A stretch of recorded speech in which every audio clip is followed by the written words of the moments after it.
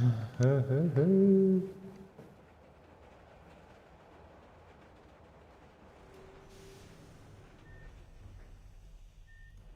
as usual, Echo. Where is it? Echo, Echo, 1, 2, 3. Okay, as usual, Echo. There we go. So yeah, I'm not actually planning for a live stream tonight. I just want to record like all the other all of the duplicates that I got from the other day. So here we go. I just want to record this. So I did already like increase some of the espers that I know for sure that I'm gonna use, which is Booster and then Ahmed, because they are both, I'm gonna use them both for Sentinel. So that is that. And also because I have the materials for that. I can just increase espers straight into level 60 with no problem. So that is that. And then also I increased Chloe. It wasn't at Divine Gate 6 yet, just yesterday. So before the pools. Then after that, Renzi also not yet Divine Gate 6, but because I used them both in PvP, then yeah, I increased them straight away. So the rest, let's increase the rest tonight. Let's go. So while I'm doing this, if any of you are watching or you know, just come to the live stream, then you can have you can chat with me. So let's go. Like if you have any questions or what do you want to see or anything.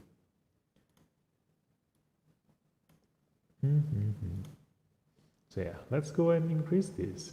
So yeah, Louis. I finally got him at Divine Gate 6.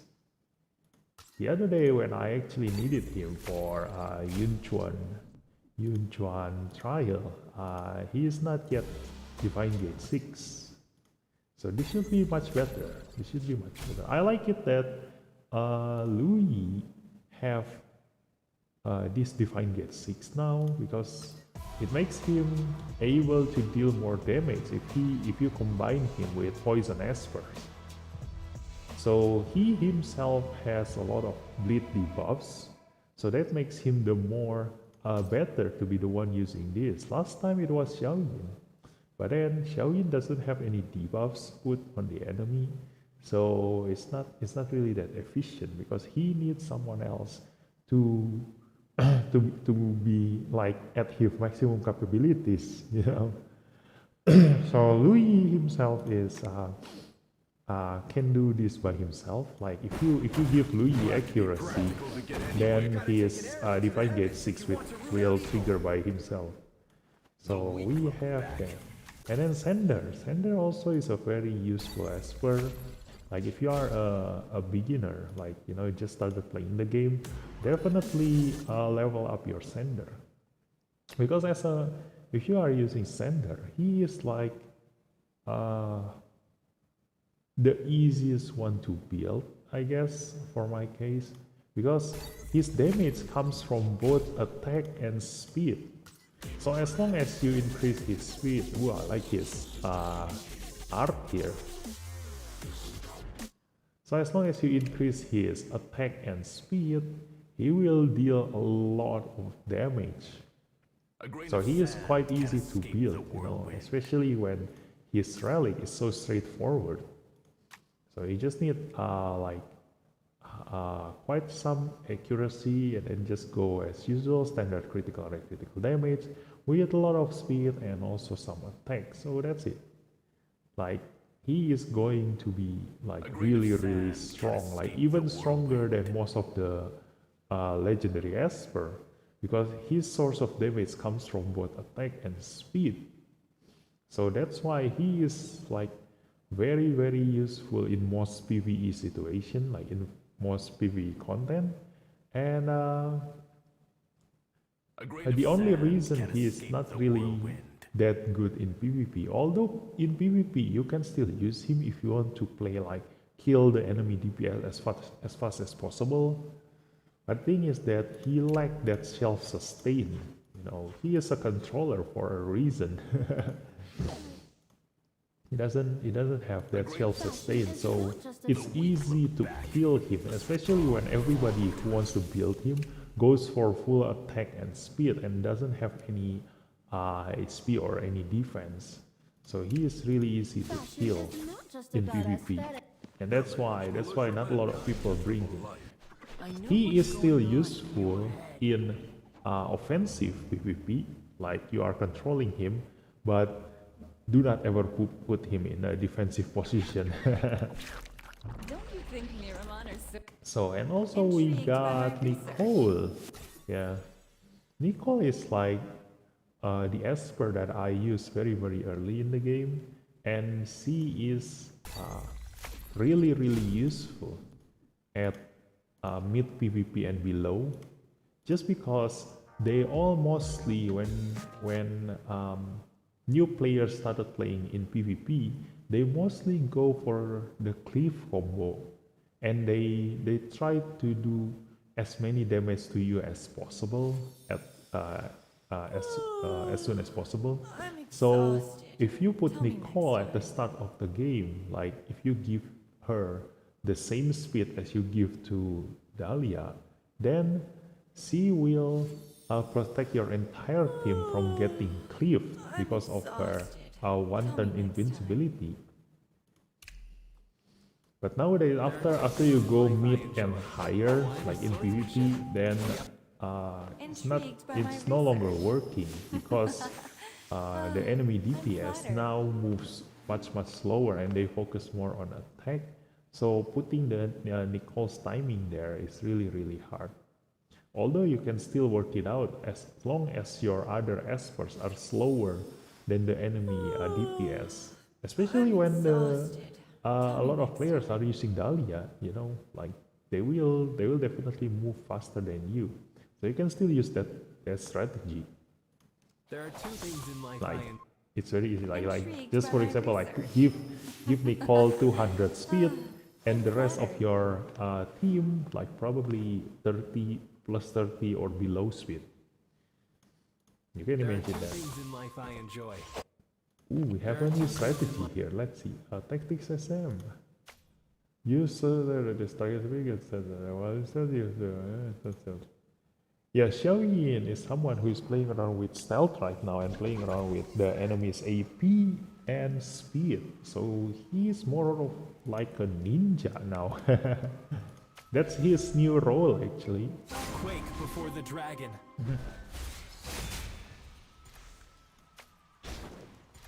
Yeah.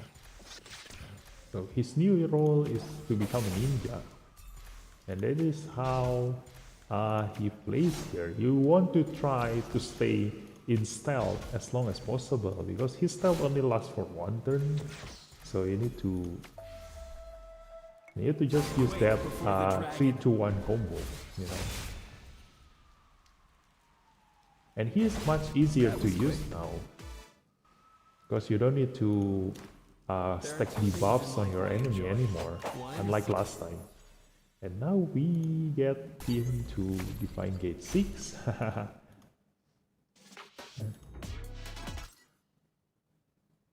He's gonna prove much more useful in Chronos, if not because he doesn't have Seer. Wait, he doesn't have Seer, right? Yeah, he doesn't have Seer. So the only reason I'm still bringing Gaius to my Chronos team is because he has Seer, and because of my relic speed. Like at the time when I reach Chronos on the third wave, Gaius' third skill is on cooldown, so he will most likely gonna use his first skill, and that's what I'm aiming for. Because my damage comes from Oli. In Chronos, my damage comes from Oli, not from Gaius.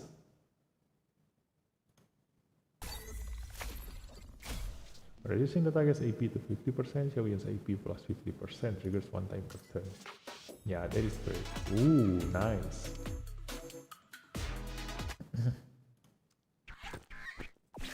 There are two things in life. And Do you wanna go? So yeah, and I think now I can see a lot of increase later in my Sentinel team, definitely, and then probably a little bit at PvP. PvP doesn't really change much because all the espers that I get doesn't really increase my PvP capabilities, you know, because I'm using non-meta espers, so I definitely not using like all the espers that other players are using in PvP. Yes, it's the attack target. Still.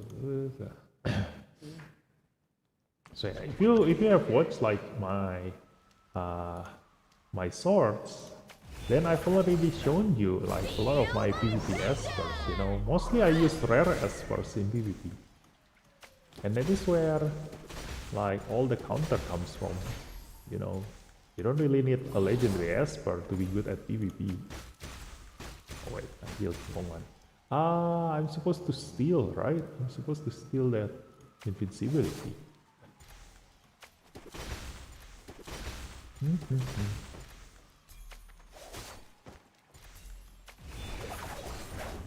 Feel my passion!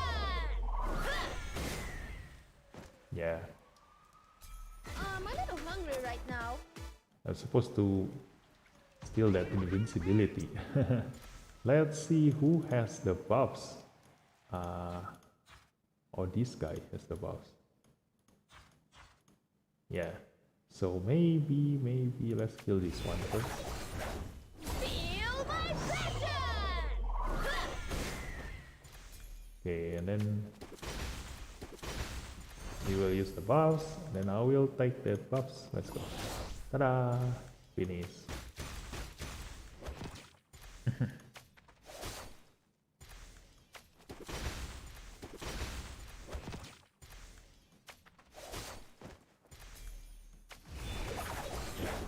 Yeah, there are lots of new items, like with all these new tactics exam, you are actually being given a lot of free stuff, especially Nexus Crystal by Lilith. So this is what I'm aiming for, the Nexus Crystal. Do you wanna go on an adventure? So with the Nexus Crystal, I'm gonna be able to pull another Wheatstone, hopefully from to get that last Intisar. And I will set for the Resonance 6 Intisar then. So yeah, we are lacking one in Lingguang. Apa sih listening about it because there is one thing, but yeah, that is really good. Lingguang is an esper that is really good in PvP, especially when you need someone to die as soon as possible. Like for example, in this example, is most cases you want her to be the Oli killer. Like if the enemy brings Oli, she is the fastest one to kill Oli. Before Oli manages to move and give himself the invincibility buffs, then you can kill him straight away, right at the start of the turn. But if he manages to even move Oli and gives himself invincibility buffs, you can remove that using the second skill. So you have two chances to remove that invincibility. So the only way that Oli can still keep his invincibility is if he has more than two buffs. So yeah, these are my espers that I use, Barden, Brian, Drew, and Liao. And Berenice. Tang Yun, I no longer really use him anymore nowadays, although he's still really strong. I'm tired of living dangerous. So let's see. My court can bring any summer to life. Who else gets resonance? This one, Celine. Celine is also really useful, not only for Dislyte Land. Sometimes I use her for other PvE content because of her AP push and also the speed up for the whole teammates. It's quite good. It's quite good. Like if you want to have like a permanent AP down on the enemy, then do aim for Aira, Celine, and Melanie. They are really good at AP pushing, like AP down. I mean, not the AP up. Sleep extended to 2 turns. Yeah, I asked at one point. I asked the customer service about this sleep, like. Is there any other benefits from sleep? Like maybe you get extra damage when they wake up from attack or something. Like otherwise, sleep is like the weakest form of disable because you need to leave them alone while they are sleeping. And thus, sleep is only ever useful if you are purely using single target espers for your entire lineup. Other than that, it's so easy to wake up someone from their sleep. So yeah, these things have 3 turns cooldown and then reduce the enemy's AP by 30% if you increase the ability point using Abilimon here. So Aira, Celine, and Melanie are very good at AP down boosting. Like a lot of people use Longmian. Longmian is, for me, it's not good on his AP pushing because he requires the speed down to be afflicted on the enemy. But then the AP down is really strong there. And also the most benefit that comes from Longyan is his captain ability here, which increase ally speed by 20%. The reason why I like Celine more is because she has the speed up to give to your entire teammates. So they will move much faster. So let's go Hengye. At the start of the game, I didn't really see the benefit of using Hengye just because she only heals 10% of your maximum health every turn. So there is no way for her to be able to heal you back to full health if you are like nearly dying, and especially when you are fighting someone who is much stronger than you. Especially for me, because I don't level up my espers if I don't reach a wall block. Like even if I'm stuck, I don't upgrade my esper because they are not required to be at level 60 for me to be able to pass that stage. Because everything can be passed as long as you have the necessary relics for that. Dislyte attacks effect 2 times per every turn. This is really good. Yeah, 20% HP heal. So yeah, when you're fighting a stronger enemy, like healing 10% of your maximum HP, it's not gonna cover your health. Like you're not gonna come back to full health with this.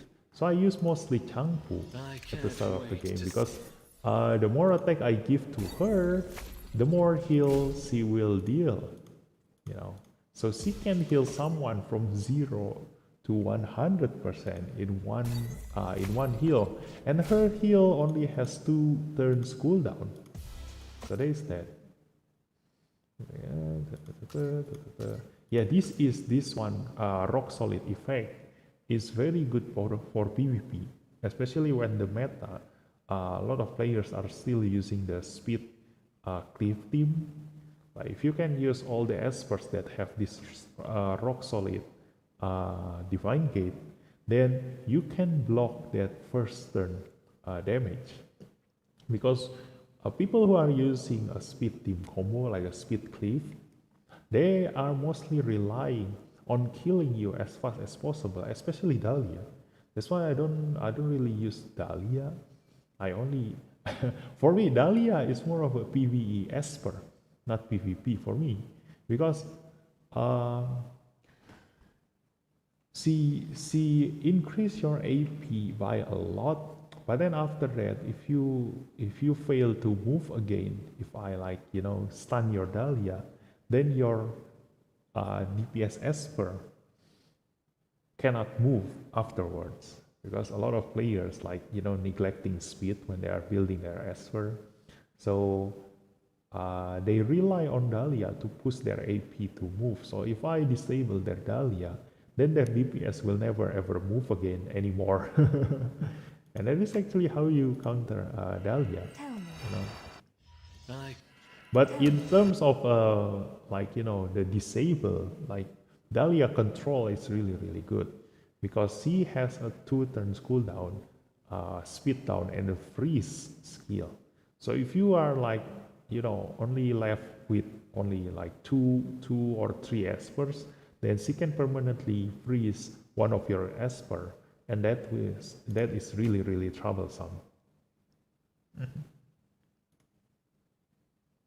So yeah, we're gonna take all these Nexus crystal Stand back. I got so this. that I can summon Intisar again. And there we go. Take away your pain. Yeah, this is actually a really good idea, like coming from Lilith, increasing the critical resist from Laura into 3 turns. When everybody is so focused on increasing critical damage for all of their espers, this will block almost their whole damage. I'm also still waiting for my chance to build Laura.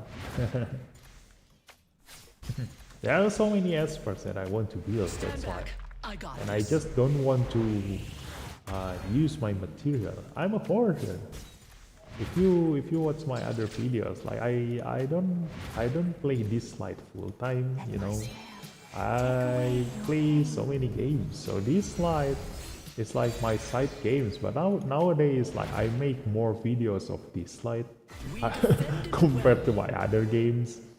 Yeah, just because there are so many things interesting nowadays, especially when a lot of people was skipping Ife that day. That was the trigger that makes me want to make video, just to tell you what you all have been If missing. you really want help, if you really want help, So you see, I don't even have Suhua Divine Gate 6 yet. Yeah. When getting balance heals or each for 20% maximum HP up to 8. Yep. I don't have Suhua at maximum resonance yet, and they already open up repulse for Meredith now. So yeah, it will take me a long time to max out my Meredith later. And there we go. Laura, still on her way to being built. She is at level 41, slowly leveling her up Work is over. without any Time to experiment. relax. Without any experiment. So I only just gonna bring her every time there is a bounty to go to story stages or to Sonic Miracle. Then I just bring her together with Meredith and also Changpu. Changpu, I used her at the start of the game, and then she got replaced when I got my Clara. So when I got my Clara, then I replaced Changpu, and then at that point, it came the rewind event, and because I have no one to rewind, like I didn't make a single mistake on my Esper, so I just rewind my Changpu to get back that experiment, and then I just drop it into someone else at that point, they're in range. So now I'm rebuilding her back, just slowly, just slowly. So here I finally have this one, Mona Divine Gate 6. This is also really good. Upon killing enemy, Lunar Health cooldown -1 turn. Yeah, this is good. Like I'm using Mona in Calamity Island because she is a perfect combo for Jiangman.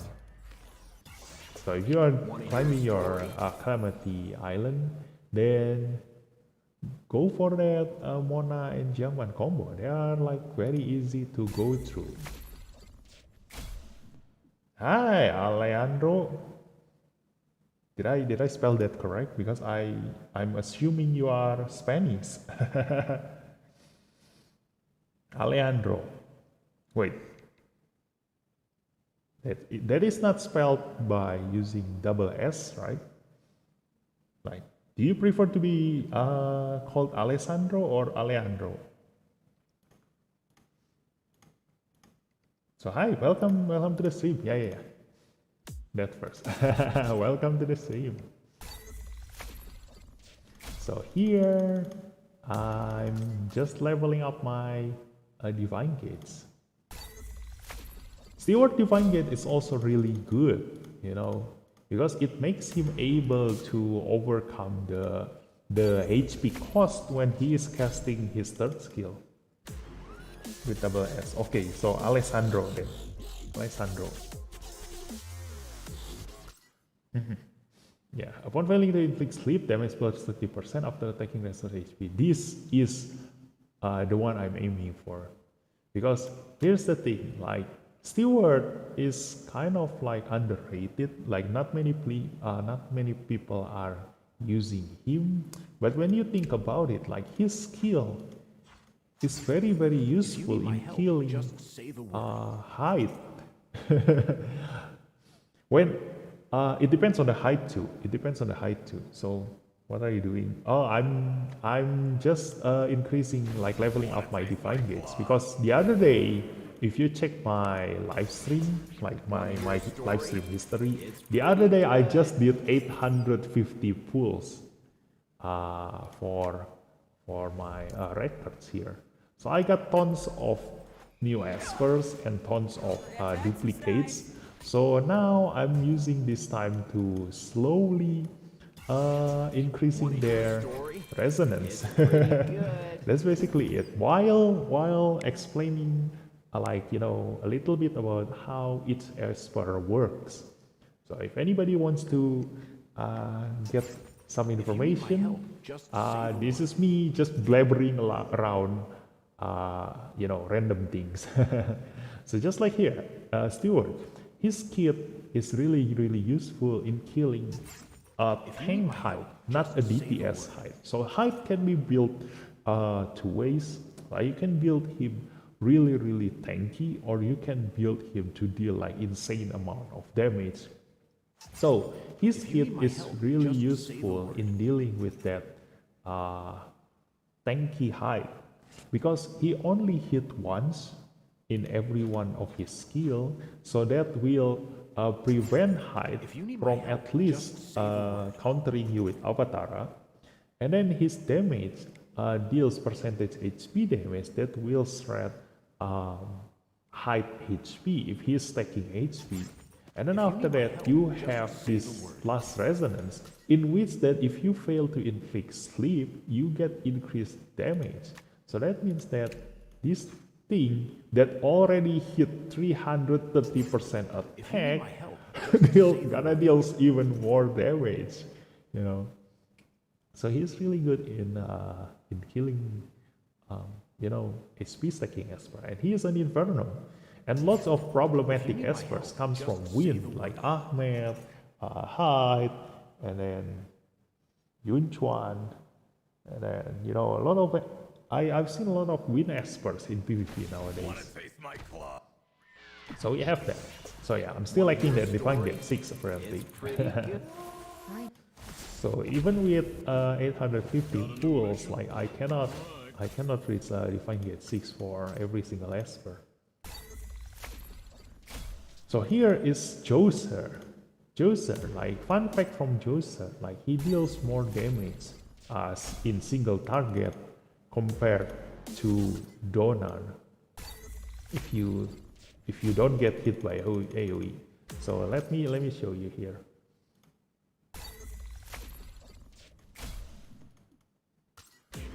And, yes, a lot of the record art here is only their face being like you know, sizing up. So here you can see that the number here, the third skill damage 30% attack, 150% defense, but if you can increase this to with a Bilimon, then it will go up to 190%. Whereas if you compare to Donar, this only goes up to 140%. So if you are actually like stacking your relic full of defense, this will deal more damage than this. If you've got a problem, You know. speak up. So if you compare their skills, like Donar gets more from his attack, 80%, and with 140% defense. And then this Joser gets 30% from attack while getting 190% from defense. So if you are stacking your relics full of defense, then giving it to Joser will deal that single target damage higher than Donar. The benefit from using Donar is that his Thunder Blessing gives 20% defense and maximum 5 stacks. That means it's 100% defense increase. And whereas in Joser, they are nerfing him. Last time he got up to 10 stacks, although I think the defense was 5%, I can't remember. So yeah, Joser can only gain 50% defense. But the thing is that this is situational because you need to get hit by the enemy to increase these stacks. When Joser, they changed how he works. Last time he needs to get hit too, but now he needs to be the one doing the hitting. So whenever I deal with Donar, like in PvP, I just ignore him the whole time if I cannot stun him. Like if he gained his immunity from here, I can just stun him if he doesn't have his immunity. But when he has his immunity, I will just mostly ignore him. Because he will at most just, you know, deal a decent amount of damage to me, and then I'll just heal that damage up, and that's it. Yeah. If you are like trying to build your Donar, then build him as annoying as possible, you know, like actually giving him more speed. Like if he explodes his passive a lot more often, then he will become that Esper. That is really annoying. Like every couple of seconds he will deal like 10,000 damage to, not really 10,000, like at least if you can deal 7,000 damage to every single Esper every couple of seconds, It's time. that means like, you know, giving him at least around 70 speed or something. 70 speed, yeah, should be good. So if you give him that, especially when they rework how he works, like, you know, if you can have him at Resonance, I think it was 2, yeah, at Resonance 2, when Thunder Blessing reaches maximum stakes, gain 1 turn, so he will move if he gets hit 5 times. But the thing is that you cannot rely on that to be able to move, because as I said, like if I'm fighting Donar in PvP, I will ignore him, so he will not get his hit. So you still need to give him speed. So if he has like, you know, a decent amount of speed, then he will be really annoying, because every couple of seconds he will explode, dealing 7,000 damage to your, like, each one of your teammates, and then you need to heal that up, and then he will explode again. Like it will make you you know, need to choose whether you want to deal damage to him when he is so tanky and will waste a lot of your turns while his DPS still alive, or you ignore him and he will be very annoying, you know, the whole time. So that is that. That is my take on Donar. I don't tolerate love. So let's see what else. Yeah, these are all the new legendary espers that I got from 2 days ago from the pool. I need a break. Yeah, let's see. We have new strategy here. Tactics exam. Sally. Sally is for me like the best healer in the game. It's because her kit, just look at it, like this one, Sweet Harvest, like everybody knows how good this is. But the thing is that the second skill is what is even more annoying, because it dispels all allied debuffs. So the thing is that, you know, you use healer espers depending on your situation. Clara can cleanse a lot and gives barrier, and that's her specialty. And then Ahmed heals a lot, like he can heal a tons of HP, but he is lacking in the cleanse department. So you can put as many debuffs as you want to him, and that's his weakness, and that's why he is very easy to get disabled. So if you want to build Ahmed and make him really strong, don't neglect that resistance. So here is where she excels for me compared to Ahmed. It's because she can dispel all allies debuffs while splitting the HP evenly across all allies. Listen to your So when conductor. you are like in this kind of meta, in this PvP meta where everything have a ton of HP, you need to like, you can still play with the cliff team, like cliff speed team, but that will require a lot of investment into relic and also into your Esper. So most of the time, if you want to free to play this, then you will definitely play with single target DPS and kill them one by one. But the thing is that if you fail to kill them and they are left with like this much HP, then Sally will split the HP among all the other Espers, and they will like be healthy again. At least they will go back to around 80% HP if that happens. Wait, I forgot to check. What is he supposed to do? I was talking for too much. I forgot what is he supposed to do in this tactics exam.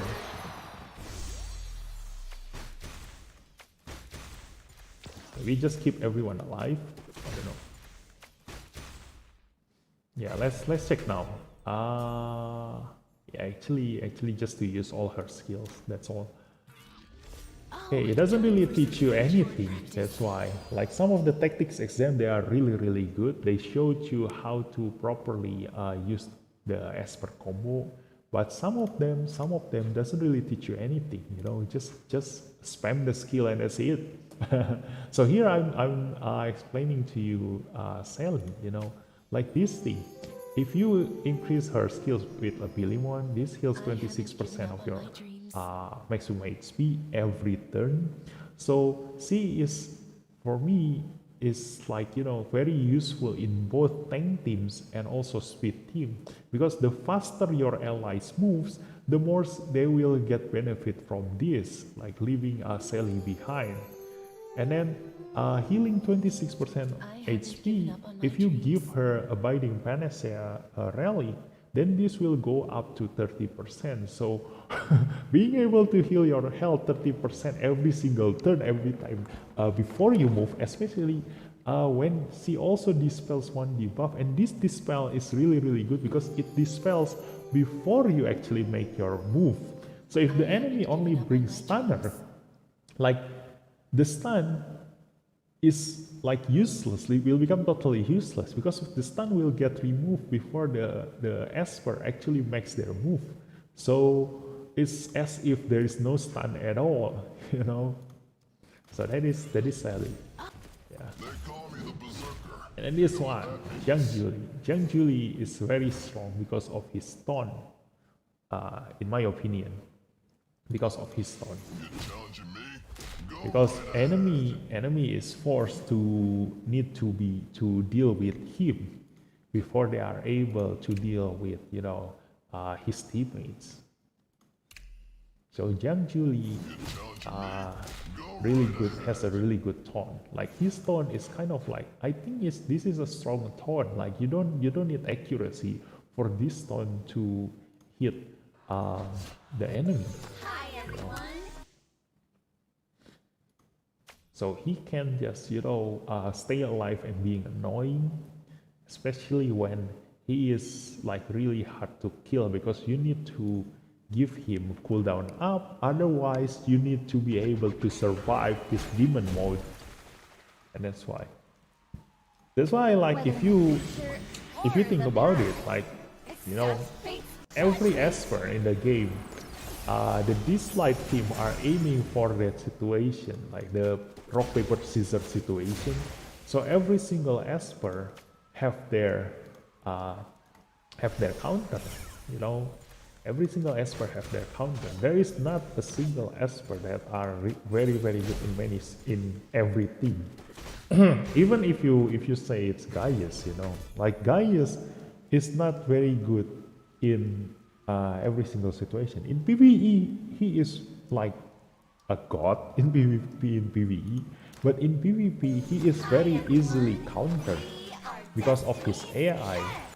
His AI, when they see a lot of buffs, then he will use his spell first before he actually goes into god mode, and that will stop him from getting his survivability, because the only way for Gaius to survive in a fight is if he gets his shield. Otherwise, he is very very paper, especially when everybody builds him like full attack and critical damage, you know. So that's why here it comes the Li Guang that I explained earlier. Wow, he's really cool. The Arcana is supposed to be theoretically be very useful because of his abilities to steal buffs and then also increase allies AP. But the thing is that his chance to be able to do this is not reliable, you know. Like the other day on Esper Feud, I keep trying him like in hope that something changed with him, you know, with the 3.1.7, but they don't change him at all. Like his skill is hard to land. So if his skill is not reliable, then you cannot reliably steal the enemy buffs to be able to make use of him. And that's why reliability is very very important. Like if you have an instant kill skill, but it only works like 1% of the time, like 1 in 100, then it's not something that you can reliably use every single time, you know.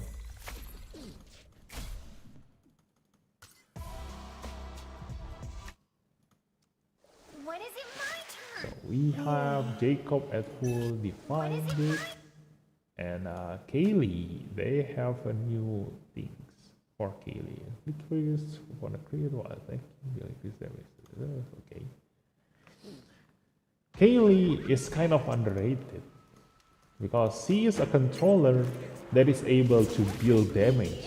But the thing is that people is aiming for that, you know, specialty. Like being a jack of all trades is not, it's good in some cases, but in most cases, like you want someone who specializes in their job. So if you want disable, if you want a controller, then you definitely are better off going to choose someone like Longyan or Fritzker. And if you want to deal damage, then yeah, I failed to afflict any enemies with freeze. So if you want to deal damage, then you better off go with a proper fighter, you know. So her being able to do both, but doesn't excel in any of them, then she is someone who is like, you know, not gonna waste any space. But the thing is that when you need that controller, you are already prepared to waste one single Esper slot for that controller. Wait, I did use that for to. Oh, okay, that's the first skill. Yeah, I forgot. Yeah, that's the first skill. Dance with me. Yeah, that is the first skill. This one. Yep.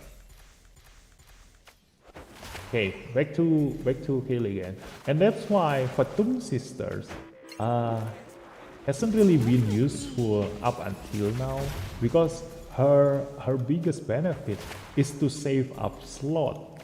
So when you are limited to only bring 5 Espers into the game, then if you need something that requires like a lot of different job into and squeeze it into a single Esper, and then there will at that point, here it comes where Fatum sisters and Kaylee and this kind of Espers are useful. But otherwise, you are already mostly prepared to bring specialist Esper for that job. The easiest example is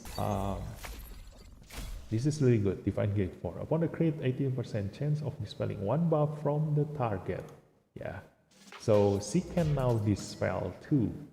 You know, and this spell is really useful now when every Espers, like a lot of the new Espers have a lot of buffs, you know, and you can see like a lot of players in PvP are playing around with buffs and debuffs.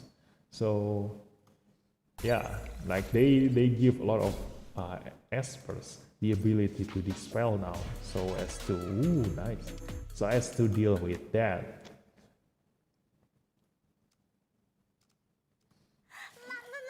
So yeah, the easiest example for the case where you are ready to sacrifice your slot for that specialist Esper is Dahlia. Dahlia doesn't really deal damage, but she gives a really good buffs, especially the AP push and the attack buffs. So because of that, you are willing to sacrifice one slot for her, where it reduce your damage by a lot, because if you actually replace that Dahlia with Ashley, then Ashley can still deal damage while still buffing the entire teammates with attack up. So that is the easiest example of specialist Esper, and the how valuable it is, the Esper slot in a five-man team. And that's why Abigail is a very strong support. Like currently, in my opinion, like the best, you know, all-around support in the game, because she brings both attack and offensive and defensive buffs in a single Esper.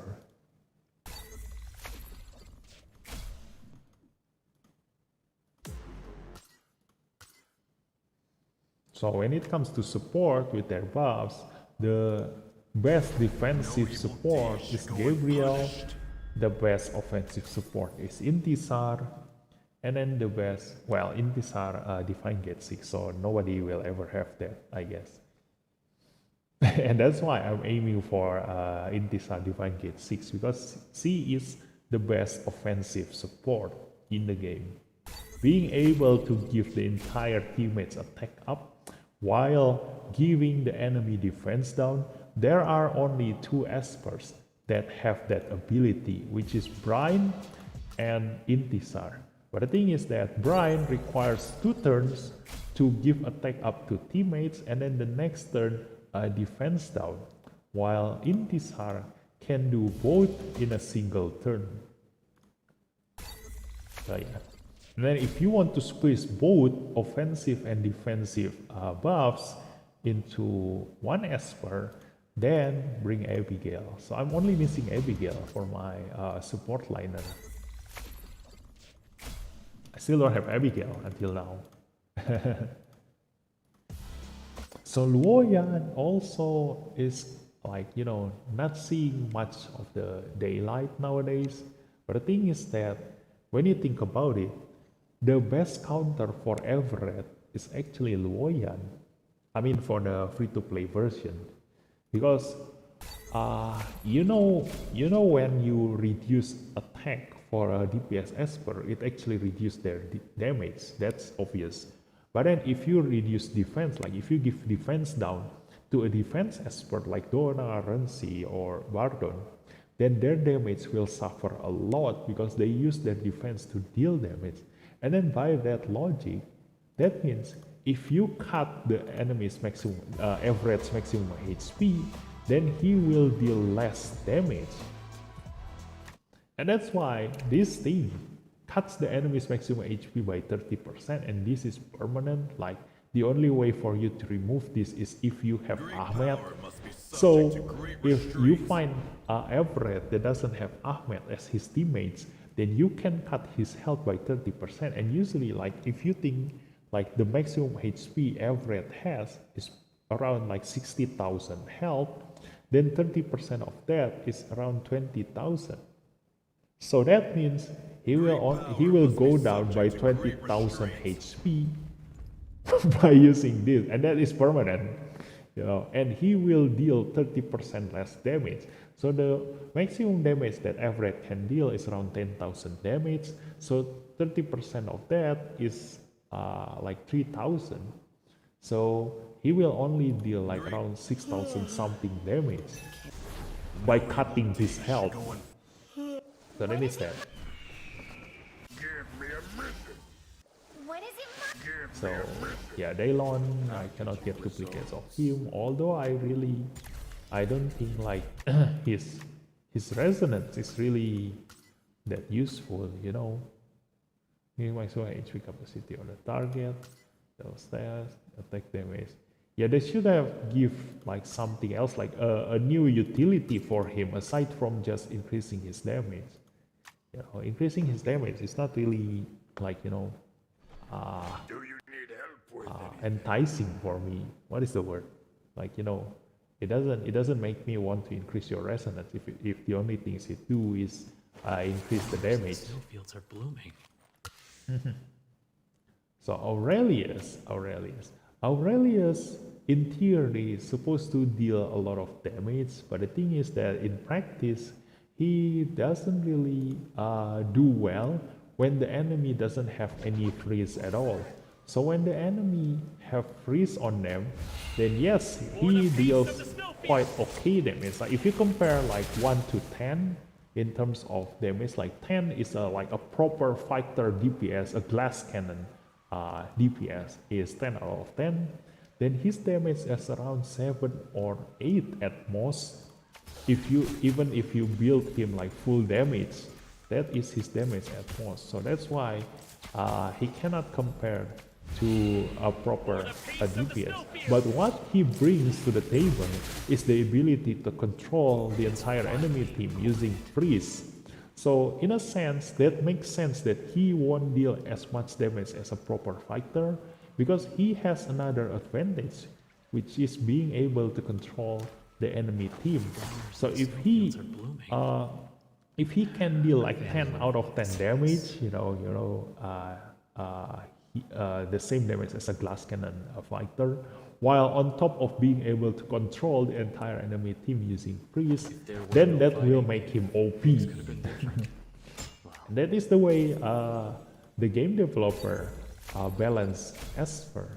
That's why when you see Esper's abilities, like it's easy to know whether they are OP or not. If they have a ton of utility while on top of dealing a ton of damage, then they are OP.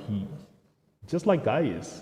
Like when you see his skills, like there are so many things happening, but then afterwards when you see the percentage damage, then wow, he deals 500% attack damage while on top of being able to do all sorts of things. Yeah, that's it. That's why when you look at it, like Intisar is currently balanced, in terms of attack damage. Because when you see Intisar here, like her attack damage is 120%, which is normal for a first skill, like a little bit higher, like some first skill goes around like 100% to 120%, but still okay.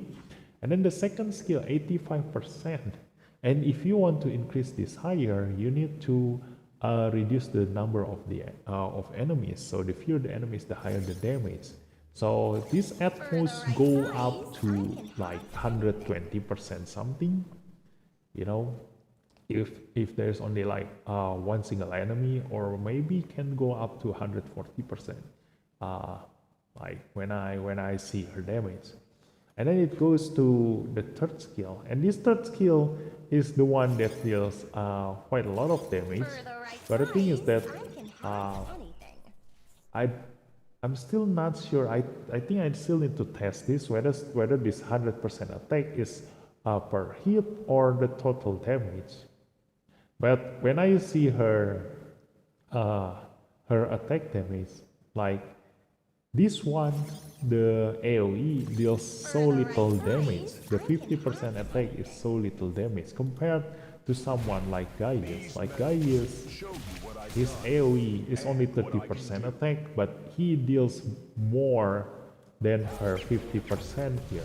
So there is definitely something wrong in here. There's definitely something wrong in here. His 30% deals more damage than her 50%. Even after mentioning that he doesn't have any critical rate, so I can just dump all his stats to attack and critical damage. But the thing is that this is not half bad, you know, my stats is 3400 with 150% critical damage here. So it's not that bad, but the difference in damage is noticeable. So there's definitely something wrong with this number. So this is not what they seem to be. So let's go to the last expert that I need to give some define hit. So yeah, this Taylor is new. I just got him the other day, and he straight away goes up to define hit 2, and this is quite good. Like it's just like height, you know. You actually want your teammates to die for him to get stronger, just like height.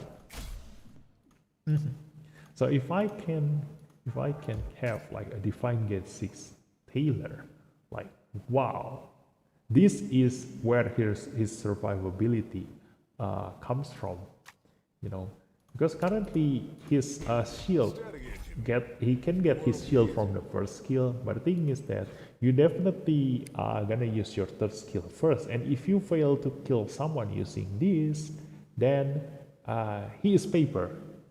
He might die the next turn. But if you manage to kill someone and then you hit another person using this, then you have your shield. You will be harder to kill. But with this, then yeah, the shield strength is 25% of your damage dealt, so you can just go full attack with this, and your shield will be a ton. Just from that one.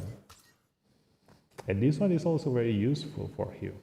Like, you know, his third skill, when he first start doing damage, then definitely someone will die at that point in time. So yeah, I can't wait to build him. But the thing is that I still have a lot of espers to, you know, master first. Like I just level up Booster and Ahmed, so I need to properly adjust them for my Sentinel Hunt, and then I will go for the other espers. That's that. And also I'm still waiting for the day I can get Divine Gate 6 Donar, because currently you can buy Donar from shop. So if you are diligent in grinding your tournament points, then you can someday see your Divine Gate 6 Donar. So preparing for that day to come is something. Don't worry, I've got your back. And then I will, you know, slowly build the rest. So that's why I'm mostly using espers that I'm familiar with first, most of the time. You know, just because I'm lazy. Just because I'm also lazy, you know. Gotta take an arrow to the heavens if you want to root out evil. Like it's better. I'm the type of guy who prefers like less espers. Like if you ask me like, I have a question for you. Like, which do you prefer? Do you prefer to have like just 5 espers at full resonance, or you have every single esper in your you know, esper list here? Like, that's the question. So for me, I prefer I only have 5 espers in full resonance compared to having every single esper at 0 resonance, you know, because this game was very good to players when before 3.1.7 hits. Like you can clear everything, like you can use every single esper at 0 resonance. Like it doesn't matter whether you have like 6 resonance, like duplicate is not worth a lot back then, because the only thing that they increase is just your stats, and stats can be replaceable by relics. Like if you find someone who is at like resonance 6 while you are at resonance 0, but if your relic is much stronger than him, then his stats advantage is already replaceable by your relic. That's why getting duplicates was something that everybody was, angry about back then. But the thing is that a proper gacha games should have a lot of advantage when you are actually pulling your duplicates, because the nature of gacha games is that you will definitely have a lot of duplicates, so giving a lot of advantage when you are having duplicates makes you able to specialize in that esper. And that's why, like, if you are playing other gacha games, like not the millennial gacha games, I'm kind of like borderline baby boomer, I guess. I'm old. So back then gacha games, you actually prefer to get duplicates compared to new esper, because duplicate gives you a lot of difference in terms of strength. And then that's why when you play gacha games at that age, then you put everything into your luck. Like you cannot wish for something that you want. You just play with the flow. So let's say you have esper A, B, C, D, E, and then you actually like esper E, but every time you pull gacha, you keep getting esper A, then go with esper A. That is the nature of old school gacha games, because duplicates of that esper A will make that esper A worth far more than forcing your way to still using esper E just because you like it, and that's why I prefer less amount of espers, but most of them are at full resonance because of that. And now Lilith actually goes to the old school gacha game, which is why this way suits me more. Like when everybody was complaining about the new system, like for me, this is the old school gacha system, and that's why it's very like familiar for me. This strategy is, and I've been doing that ever since I started playing Dislyte, so nothing changed for me. So that's why having less espers but at comfortable resonance is worth far more than having every single espers at your disposal, So definitely, like for example, like this one, all these espers at 0 resonance, I will use them for their utility, but I will never invest all out on them, because compared to other espers that are at this resonance that I have here at the far left side here, because they ordered this sorting this in order by the resonance, then I will definitely use these espers more. So yeah, that's my intake on how worthy an esper is, So just go with the flow.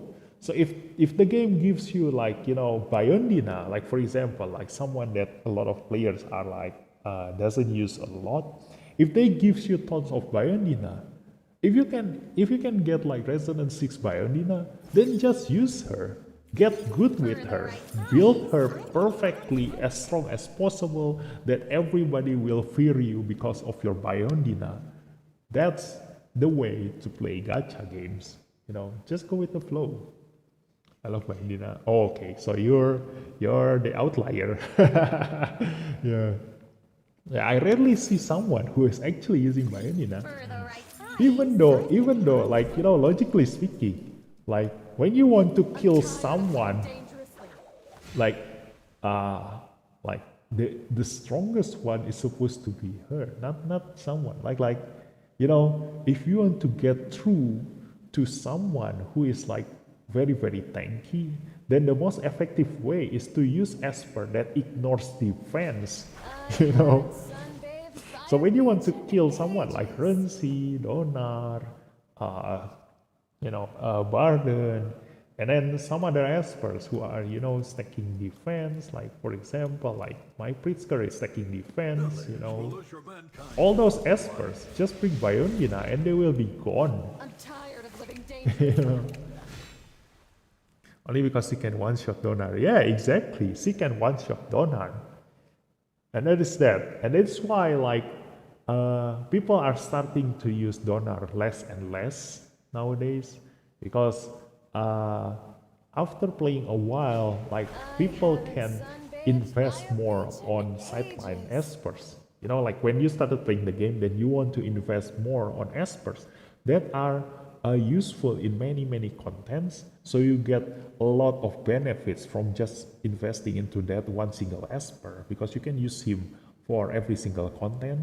And then after playing a while, like a couple of months, and then you can comfortably build Espers that you like, instead of, like, you know, building them because you need them for grinding relic or getting through that temporal tower or anything. Like, you can comfortably build any Esper that you want, and that at that point, then people will start building Biondina. And when people start building Biondina, then less and less people will start bringing Donar into PvP, because like, more players have his counter.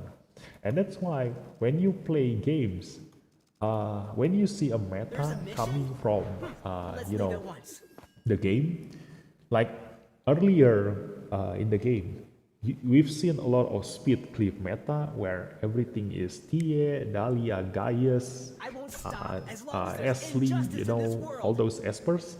Like, every single players will be using them up until point ward 18. That is not for you to follow.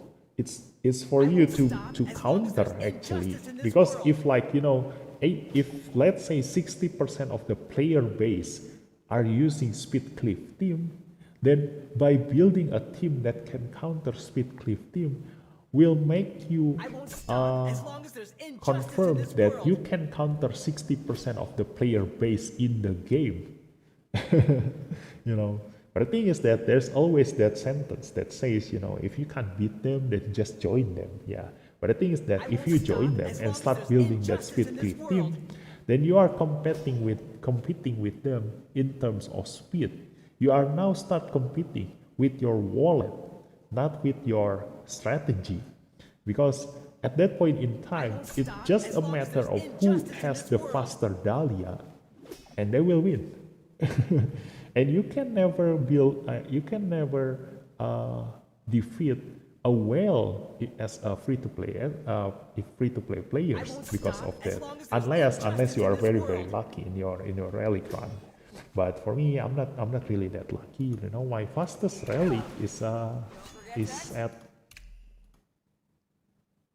202. Yeah, my fastest relic is at 202. So yeah, I'm not that lucky in terms of speed.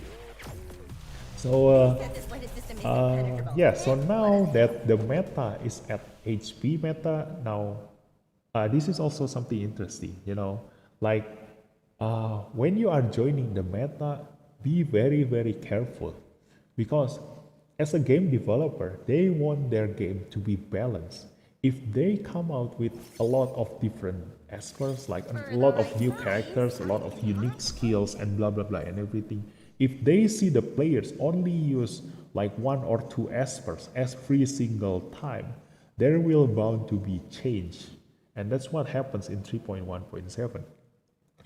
So when you are joining the meta, when you see an OP esper, be very careful, because that is a nerf waiting to come, because a game developer always want their game to be like interesting, to be like complicated, to be like balanced in most cases. So if they only see you like using 1 or 2 espers, they want you to spread your esper. They want to see that uniqueness, that a lot of different combos and here and there. So that's why when 3.1.7 comes out, they did that specifically to counter the speed cliff meta, and everybody suffers because everybody joined the meta.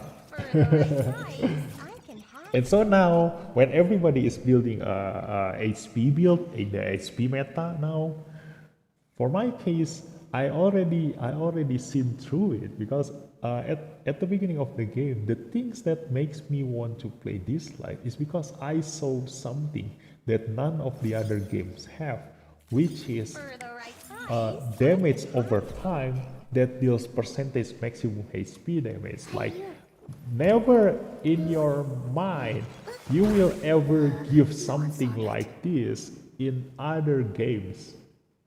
At the start of each turn, deals damage equal to 4% of the debuff as first maximum HP. Like, what are they thinking when they are making this? I'm a poison lover. I'm a damage over time lover. So when I see this, when I first started playing this game, like, this is something that I want to play around, because with this poison, that means that if I can stack 25 stacks of poison on you, no matter how strong you are, you will die. Anything will die. And that's why I'm playing around with percentage HP damage. All the espers that I play around with, Luigi, and then Stewart, and then after that Intisar, and then Eve, and then Kara, like all of them are percentage HP damage, because the harder the content is, then the stronger they will get. And the longer you play this game, there will come harder and harder content. And for game developer, the way to make your game harder is by increasing the health of the enemy. So when that time comes, like, these espers, the percentage HP damage espers, will always be relevant in the future. When like when you see in Infinite Tower, like your Gaius, you may notice that he is having a hard time killing the enemy esper because they are just so thick, they are so tanky, And there comes where espers like Pandora is where everybody is using in towers, infinite towers, temporal towers, and everything. Like, this one is very, very useful because of this, the percentage maximum HP damage in PvE content. Being able to deal percentage maximum HP damage is irreplaceable. And now, because of the speed team meta, I knew that it will change, like the meta will change. And when the meta changes, like, what is the opposite of speed? Is tank. So this is the time when a percentage HP damage will get their value. So that's why they come out with Intisar, and that's why I've seen like how OPC is. So yeah, I guess I finished increasing all of my Divine Gates. So that's that. So let's just continue with my daily. I'm gonna do a couple of stages in here just to record this, like how I do these things. What is this called? Endless Evasion. Yeah. Just want to put this in my live stream record. So because YouTube for me is a place where I record my gameplay. So later when I'm like at the retired age, I might go to my channel and just watch all the games that I played and just, being all nostalgic and everything. So yeah, let's go with this. So I do want Jin. We don't really have much choice here. I don't want to refresh early in the game, so let's just go with Leon and probably Anki Chai. Let's go. So let's just challenge this. Yeah, this is the mode that is the best. Like, if you can give what is the best event that Lilith came up with, this is the best one. Because in this event, you can learn a lot of things. Like every Esper goes back into their base stats, their basic stats. There's no relics that differentiate any Espers. It's just pure skills. They are just pure using their abilities. And then you can judge the Espers based on this. You can actually try out many different combinations, and your knowledge is being tested in here. Like which Esper is really strong in what situation, So here I'm using this combo here because Hall, if it comes to pure ability, then Hall is really quite useful in early game here.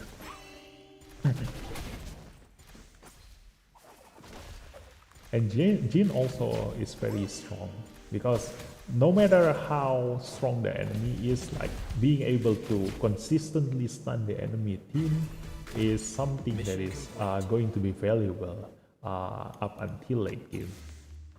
So, oh my god, what? What?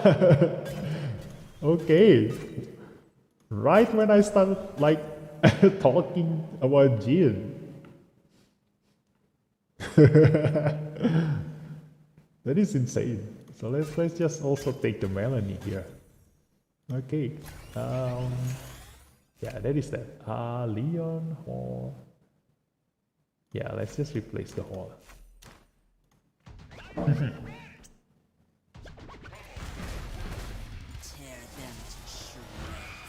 Melanie is also something that is like,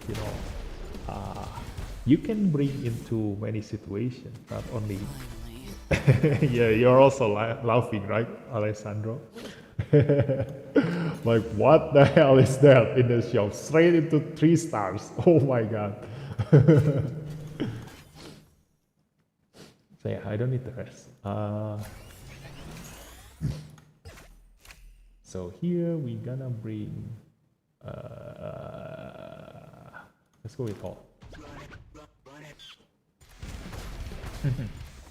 So yeah, Melanie is also someone you can actually experiment around because she has that captain ability that gives speed, which is quite okay. Like not as much as the other speed captain Esper, but the thing is that she has that AP down. All of her skill inflicts AP down because it's in her passive. So you can, if you give enough speed to her, she can just keep pushing the enemy AP down permanently. And that's why the reason why she's a Simmer Esper. So it's easy to know what's in Lilith's mind, Whenever they release unique Esper and they are stronger than your standard Esper, then they will put them into a Simmer category. And it is easy, Even for something that is like, for me is the least Simmer like Esper. I don't know if that's a term. Is Everett, Everett is a free Simmer that Lilith gives to everyone, but there always comes something behind that thing, like if you give a free Simmer Esper, then that means something is going to be, really wrong with that. And that comes the reason why Everett is someone that is, for me, I'm not really gonna build him, is because it's really easy to counter Everett. He's just tanky. He's just tanky. And that's it, you know. And also probably because I'm playing around with percentage HP damage, you know. So when I see a tanky Esper, you know, just a tanky Esper, then I already know how to counter them. So that's why I don't feel the value of that Esper, because I'm playing around with percentage maximum HP damage. And so yeah, even though Everett is really useful when you want to kill Hyde, because the problem when you are killing Hyde, like currently, I think the golden boy of this game, if you see every aspects that are in the game, the golden boy is actually Hyde, not Gaius. Gaius, yes, like he is really OP, really strong. But the reason is because that's what the developer team feel about when they hear the word Zeus. They want to make him like very strong, because he is the god Zeus, like he is supposed to be strong. Just like how they built Fengnuxi. Fengnuxi is broken as hell because they value her a lot, because she is a god in China that built humanity, you know, that shaped humanity. Like she is comparable to Jesus in a sense, you know. Not Jesus, like his father, you know. So that is why they value her more than the other god, and that's why they make them far stronger, and that is acceptable for Zeus, you know, for Zeus and Fengnuxi. But the thing is that here comes Hyde, and Hyde is the golden boy, because every time they change Esper, like they nerf and buff and change the way Esper works, it's always the counter for Hyde. Like for example, like when they change Lily, like here Lily, when they change the way Lily works, he can no longer kill Hyde comfortably, because they remove the percentage HP damage from his second skill, which is able to kill Hyde, you know. And then after that, who else? Oh yeah, Ophelia. When they fix Ophelia and she no longer able to, you know, kill Hyde in a single turn, that just makes Hyde stronger, you know. So all the changes that they make, unpurposely, they actually make Hyde stronger. And that's why the current problem, like as long as you are able to deal with Hyde, then you are set. You won't have any problem in both PvE and PvP. And that's why when I'm talking about Espers, like whenever I compare them, I think about on how they are able to kill Hyde. And that's why Everett is a very strong Esper to kill Hyde. Okay, this is the time for me to actually buy something in here. So let's just go. Let's use refresh. Let's see what Espers do I get. Ooh, Clara, let's take one.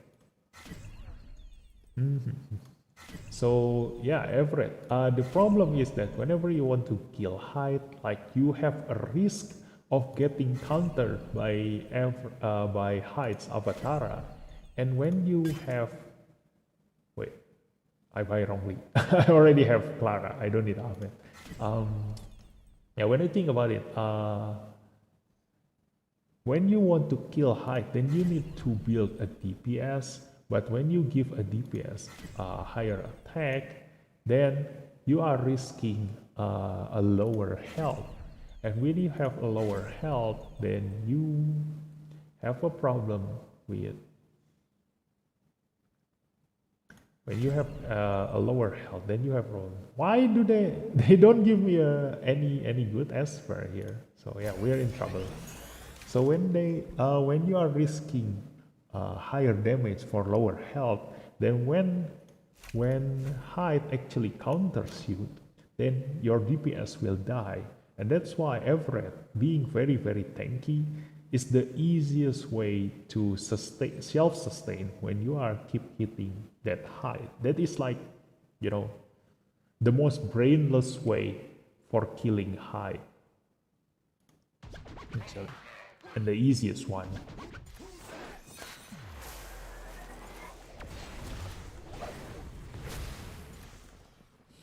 So yeah, I actually need to control this. So let's go. Jen is moving next. Jin? Yeah, I keep calling her Jan because it reminds me of my friend's friend, you know. Jin is pronounced Jan over there. I don't know if I pronounce it correctly too, because wait, has he used? Yes, he already used that. Let's just use Leon.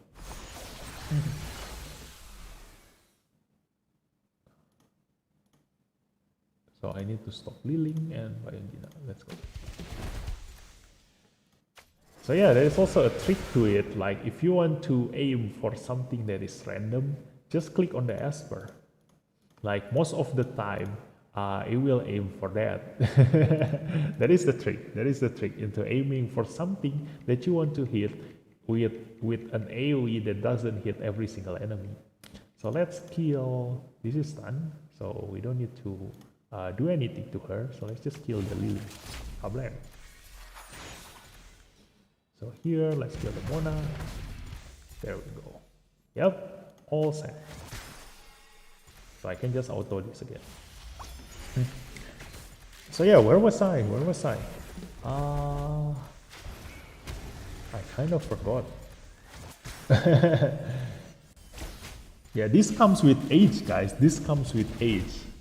Like when you get older, like you talk a lot about every single thing, and then you just forget like what were you talking about at the beginning. So if you already experienced that, then be careful. You are getting older. So let's see if I can get that Jiangman. I do want Jiangman. Jiangman is the surefire easiest way for you to clear this stage. You know. Oh no, we don't have Jiangman. But how high is the golden boy?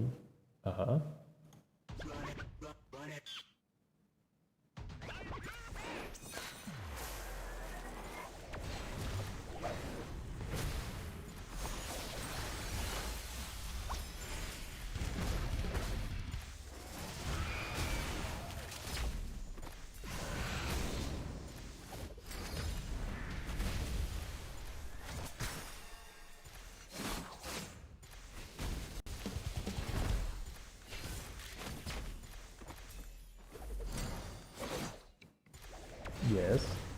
I thought you were gonna type something.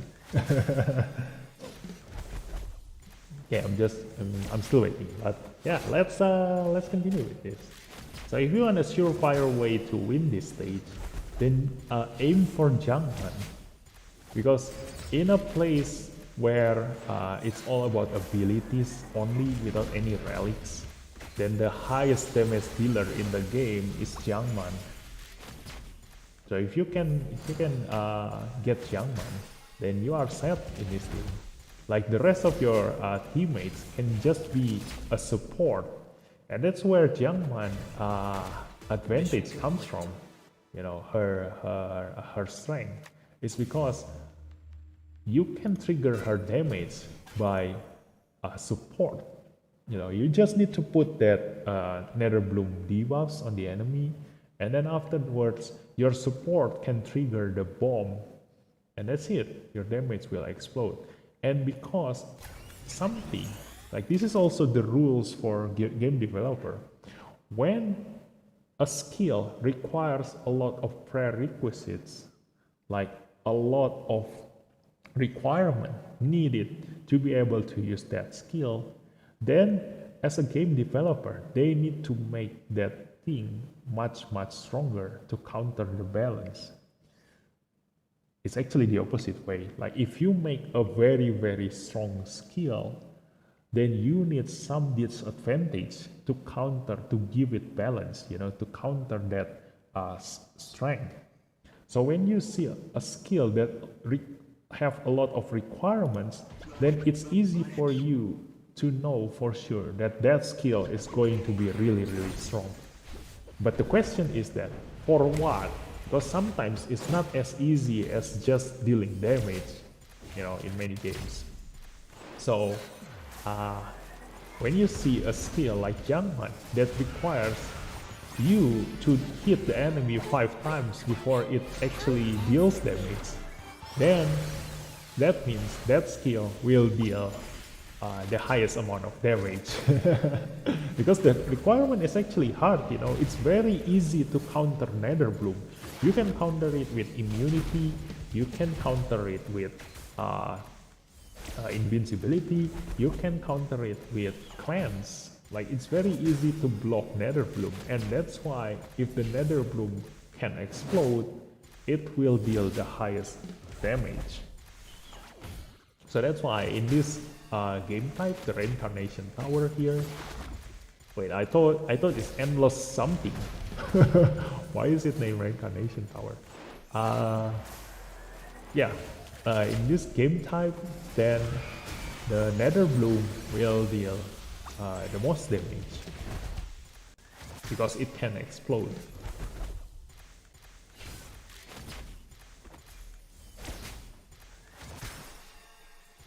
And you just need to hit that Nether Bloom, to make it explode. And because the enemy is AI, they will have no idea how to counter that. So you just have Ashley next.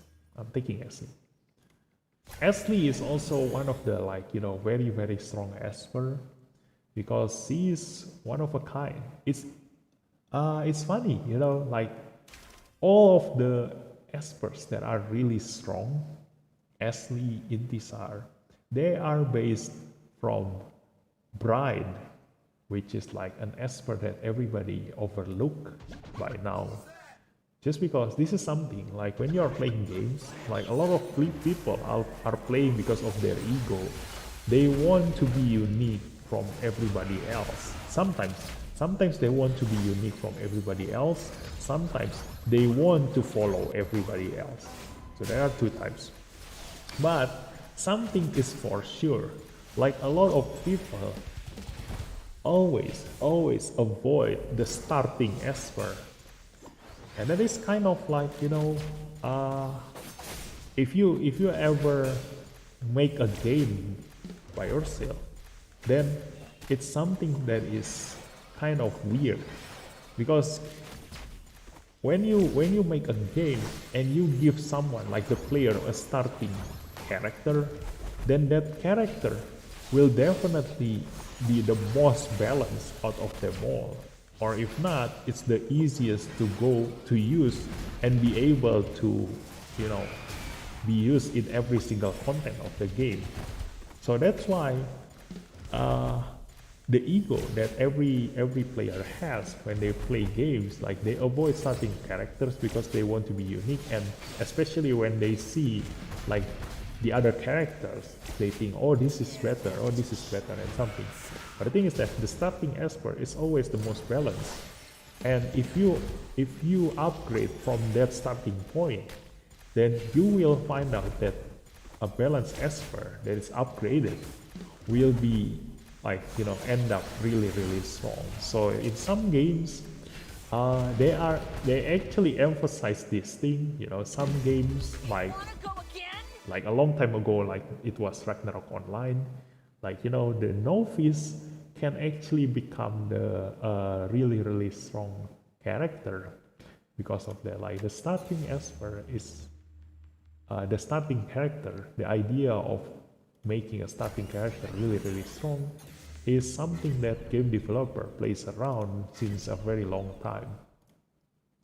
So Ashley, based on like a stronger version of Brine, makes her very versatile. Like you can use her in every single content of the game, and she is a very strong Esper. Also because she deals percentage HP damage. Back again, you know, like percentage HP damage will always be relevant in the future. Like the harder the content gets, the stronger your Esper will be, because it will keep following the enemy's HP. You know?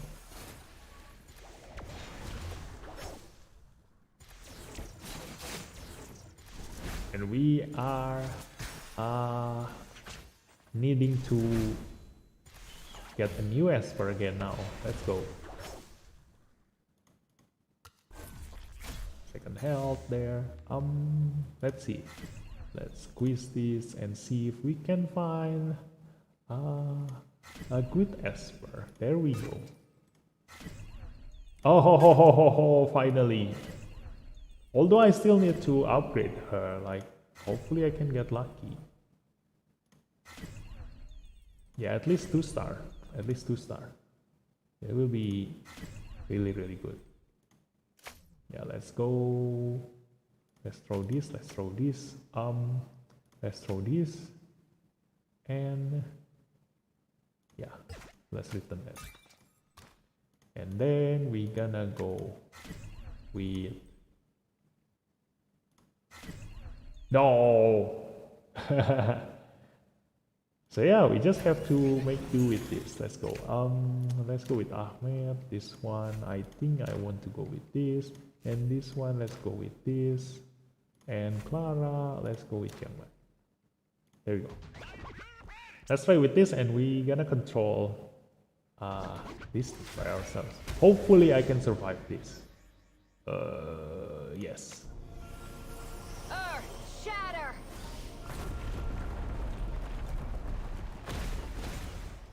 Okay. This one. Yeah, let's just use this one first. Okay, let's go. Because Ashley gonna give the attack buff, so I need Abigail to focus on defensive. There we go. Bum. Yeah. Here is where Jiangman is really strong. So all I need to do, like if you think about it, this is our all support except for Ashley. Like this is offensive support. So I just need to kill them and explode that Nether Bloom, and that's it. This is the highest damage dealing skill in the game. Not in the game. I mean in this content, you know. So there. This is just a 1-star Jiangman. Just imagine if you have her at 3-star. So yeah. It's easy pass for it. It's easy win using Jiangman. So let's get that more Jiangman. Where is Jiangman? Where is Jiangman? Yeah, no more. My god, what happens with my luck? Like, how can Jiangman this hard to get?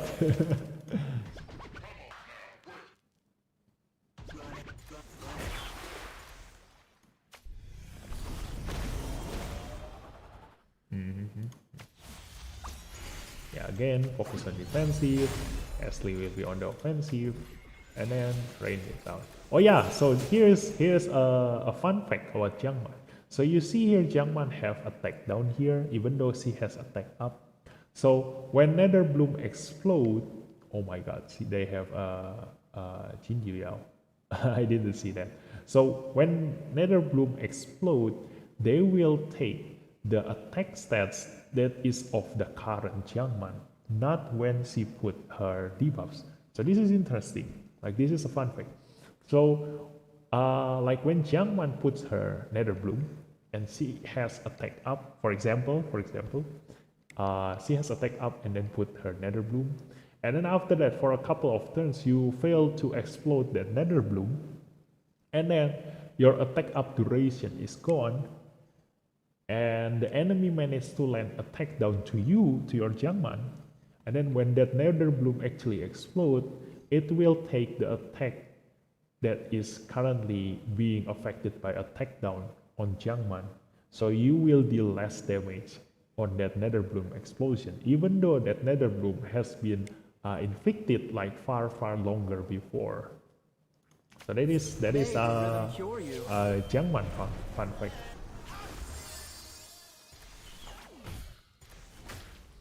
So when you know that kind of information, then you now know how to counter Jiangman. So if you go to a real-time arena next time and you see the enemy Jiangman, if you don't have immunity or cleanser, try to give the Jiangman a takedown.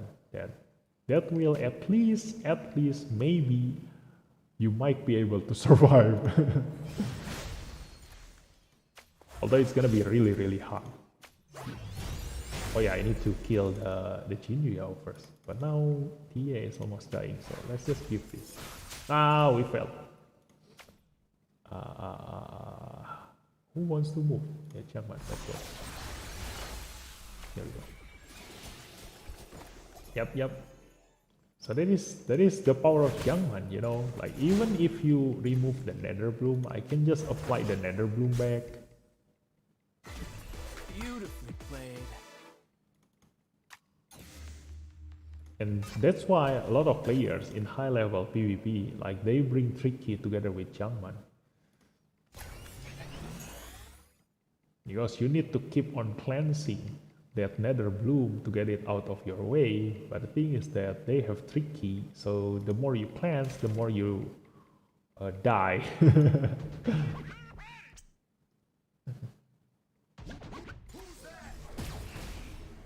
Here we go, Intisar. Yeah, I need defensive. And hit that.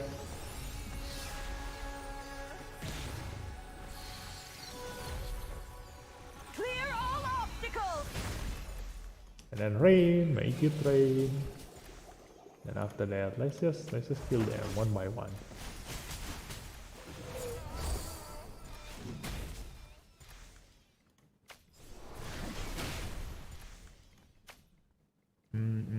Yeah, I do want to rain again. Let's go.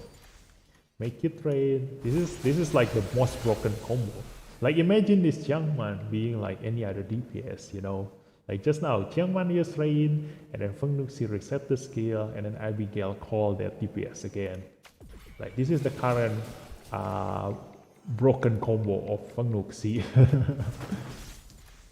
And that is easy to guess, you know. That is easy to guess. Like I think every single player will know that. Like the moment they see that she has the ability to reset an Esper skill cooldown, then there is only one thing that comes to mind, you know, that combo, that kind of combo. So you can just replace Jiangman with any other DPS, and that's it. Like that's not, you don't really need to be, not necessarily need to be a DPS. Like you can use someone like Nicole to be able to give like 2/3 invincibility, and then you can also give like Oli, you know, if you already prevent someone from dying, and then you reset that cooldown. Jiangman, nice. You reset that cooldown, and you can prevent someone from dying again. You can just keep going on and on and on, using Feng Nuxi and Oli. You know, none of your teammates can die if you can just, you know, reset his passive. Same thing with Jiang Julie, I guess. Jiang Julie also, like, if you see him in demon mode, just give him the skill reset cooldown straight away. And he will be like, you know, if there is such a thing as double demon mode. Wait, wrong. If there is such a thing as double demon mode, then he might be able to go there, you know.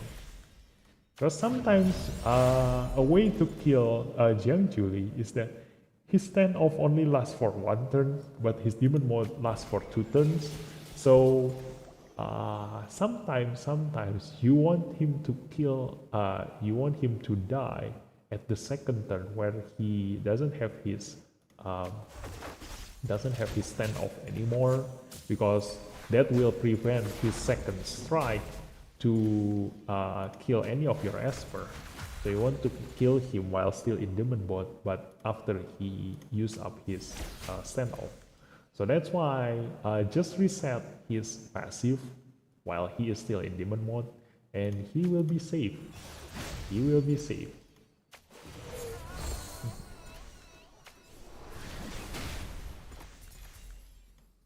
I think, My suffering to I don't know, others. by now I think I can just auto this again. Let's just try. Let's just try autoing this again. So yeah, oh my god. Oh shit. I'm already 1 hour past my scheduled stream. I promised my wife I'm only gonna play for a little bit tonight, but I'm actually like 1 hour past my bedtime. Oh my god. Yeah, I'm gonna get scolding after this. Damn, I need to finish this fast. Oh my god. It's only on the 16th floor. What? What? It's taking so long and it's only on 16th floor. Oh my god.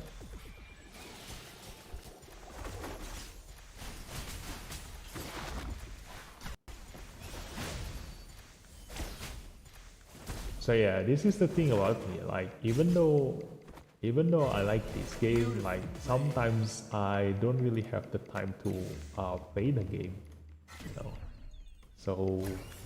So yeah, I might not be able to hit the rewards cap for today.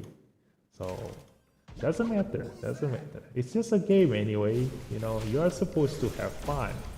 Yeah. So you're not supposed to, you know, get stressed about it. No, just have fun.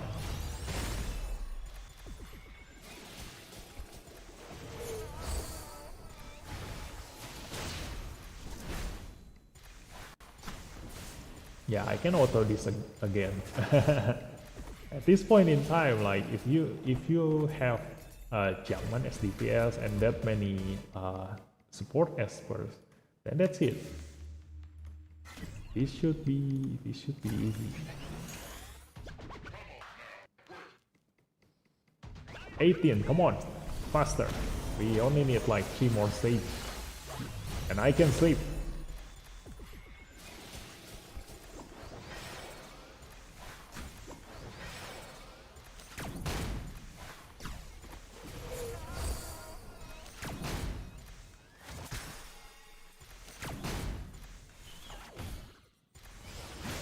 Oh wait, that is, oh, that's a Divine Gate 6 booster. No wonder, like I'm seeing something unfamiliar, you know. Booster hitting 2 targets. Yeah, that's the Divine Gate 6 booster. It's really good, you know, for booster being able to target 2 enemies at once.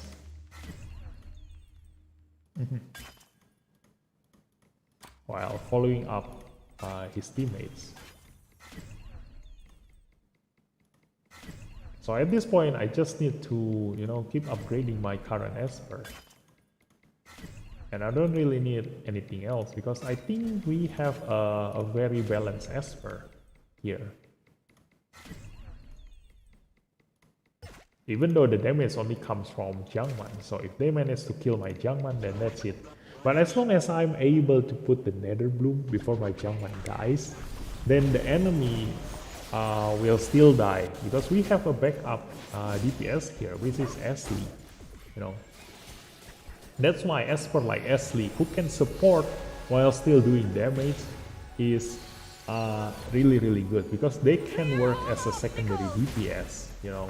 When your DPS fail, then they will be your backup DPS, you know. Like think about it. When you are doing PvP, like the thing that you aim first will be their DPS.